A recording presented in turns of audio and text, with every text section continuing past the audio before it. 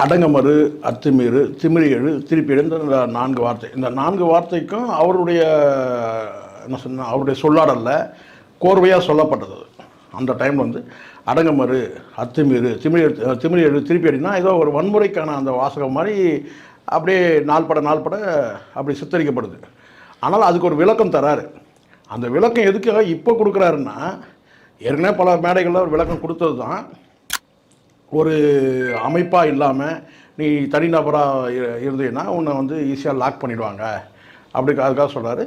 அப்போ நீங்கள் வந்து ஒரு அமைப்பாக நீ போனீங்கன்னா அங்கே வந்து அடங்கமறு அப்படின்றது, அங்கே நீங்கள் அமைப்பாக போனால் நீங்கள் அத்துமீறதுக்கான வாய்ப்பு இருக்கணும். இப்படி ஒரு விளக்கம் கொடுக்குறாரு, அவர் தரப்பில் கொடுக்குறாரு.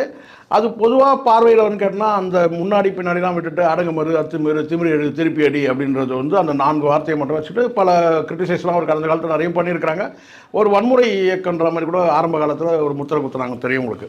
அதுக்கு பிறகு அண்ணன் திரும்ப பக்குவப்பட்டு, உங்களுக்கு தெரியும், அவர் பேச்சிலையும் செயல்லையும் பக்குவப்பட்டு ஒரு மிதவாத தலைவராக தான் இன்றைக்கும் பார்க்கப்படுறாரு.